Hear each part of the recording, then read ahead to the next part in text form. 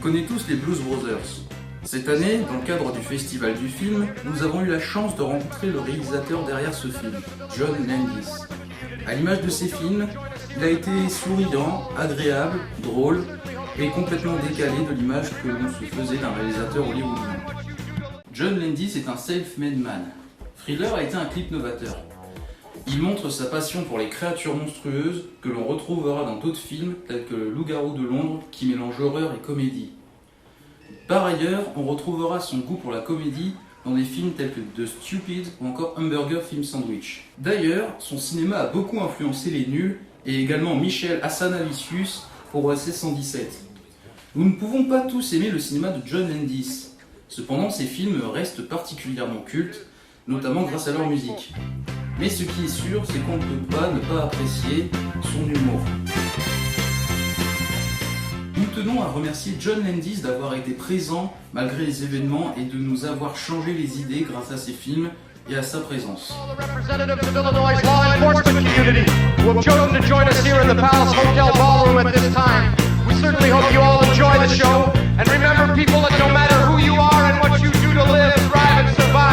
There's still some things that make us all the same. You, me, them, everybody. Everybody.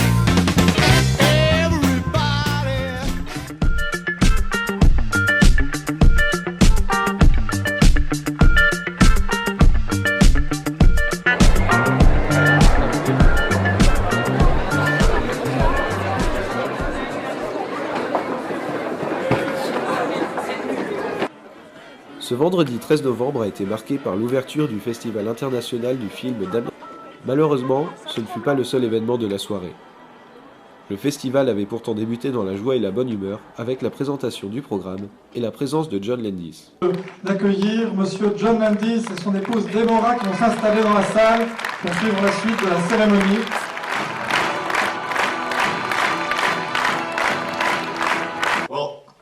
First of all, I'd like to thank Lam Lay for his very nice words, and I would like to thank Amiens, the city, and I'd like to thank you for your macaroons, which are delicious. Already had some. À 23h, alors que le film d'ouverture Les Blues Brothers s'apprête à être diffusé, les premières informations fusent dans la salle. À ce moment, les spectateurs ne réalisent pas ce qu'il se passe dans la capitale. Samedi, dans l'attente d'une réponse de l'arrêté préfectoral, le programme a suivi son cours.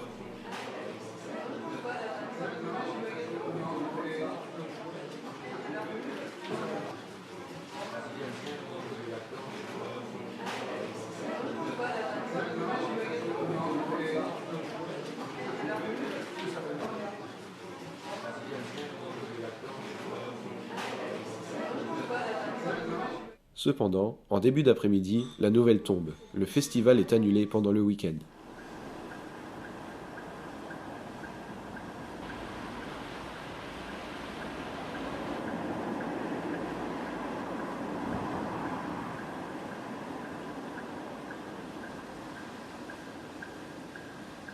Toutefois, nous n'avons pas baissé les bras.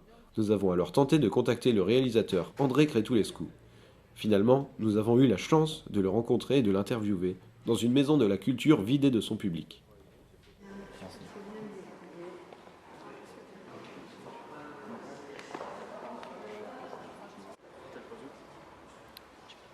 Vous savez que le pays connaît des événements un peu particuliers, voire plus que particuliers même, et qu'on est très heureux de pouvoir reprendre et de faire face en reprenant ce festival aujourd'hui.